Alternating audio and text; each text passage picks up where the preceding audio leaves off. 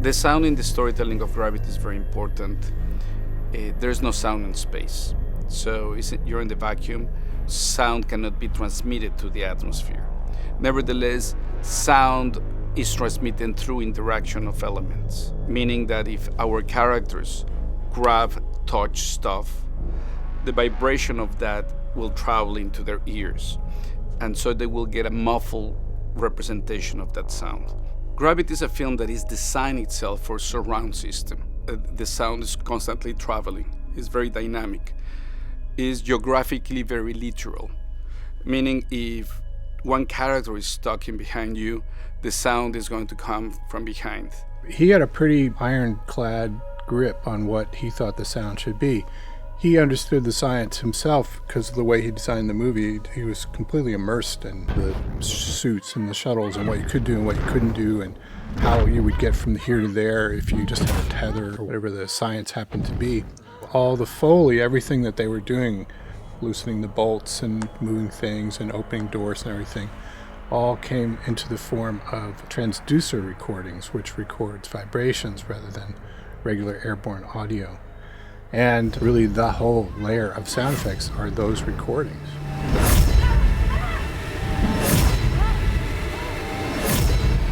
And that gave us this fantastic kind of halfway. We're sort of dabbling in see an event and have a sound to go with it, which is a lot of what we normally do.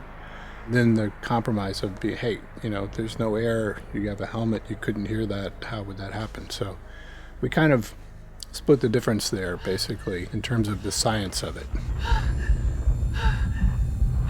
There was a fair amount of production track. George and Sandra did a fair amount of stuff. They did some stuff in sort of like a rehearsal mode, where they were basically doing read-throughs. And some of that stuff is in the movie. There's a fair amount of stuff which was when they were shooting George and Sandra within these rigs. They were mic'd up, and I think they had mics like this kind of mic. And a fair amount of the movie is from those recordings. And then we also did a fair amount of ADR.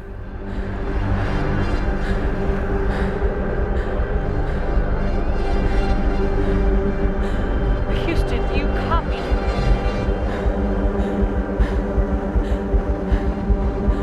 Houston, this is mission special. And one thing about that track, which was kind of fascinating, this is one of the things that Alfonso and I worked on, was the more futzed the voices became, the more kind of realistic that is, but the less emotion is transmitted to the audience.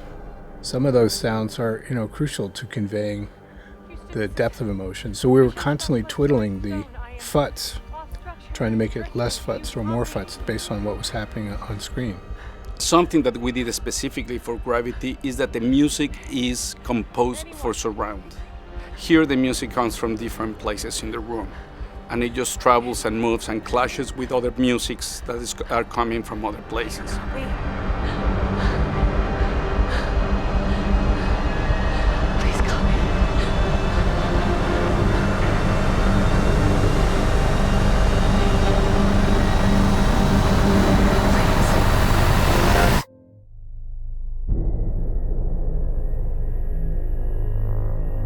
The other really big item was that the voices would pan with the characters.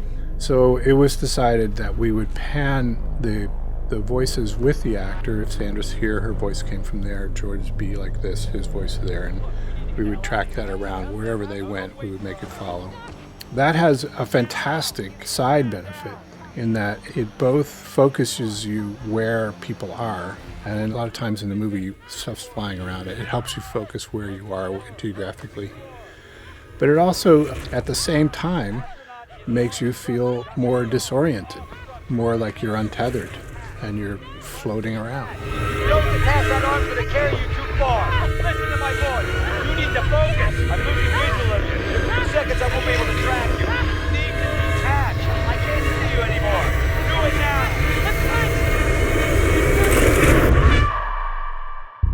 Houston, I've lost visual of Dr. Stone.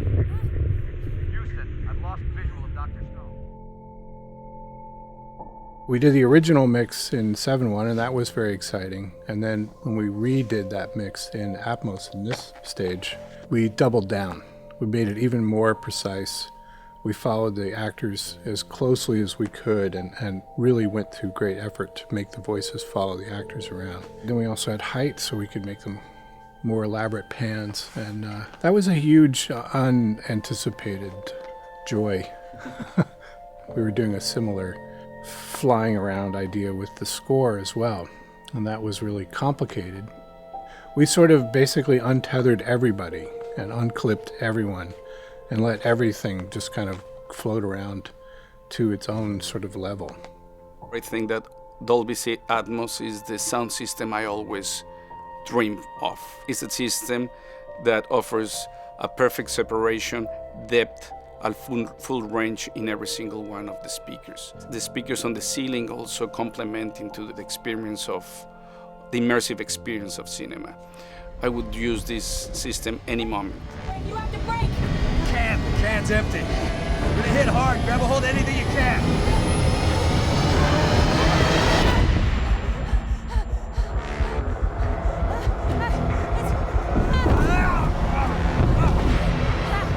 There are two basic challenges. One is, as always, being clever and being smart about your choices and focusing your energies on the scenes where you can really do things that would show off the atmos, or the sounds that you have can be better reproduced in some way. And then the other question is when not to do that, when to just, hey, it sounds pretty good. Well, why should we change that? And that's one of the beauties of it, is that it's a really open platform. So you can really do wild things, and you can spend a lot of time, and you can pretty much repan everything if you wanted to. We essentially did that on Gravity. The dialogue was already 90% there, because the dialogue being all mono, essentially we made all the dialogue into objects. And then the pans were already there to the 7.1 platform, and it was just up to us to push them out here and there as the situation required. Everything that you learn helps you appreciate what a rare and fantastic collaboration that is. And particularly in a movie like this, where Alfonso is really reaching for greatness and achieving it left and right, you have the responsibility to help him achieve the soundtrack as well. And this movie for me was not taking your role for granted, that everything that we worked on day in and day out during the mix, there always seemed to be another level that we could achieve. I mean, what inspires me is the cinematic experience. A cinematic experience that is a language in itself, and as a language that you use tools. And sound is one of these tools.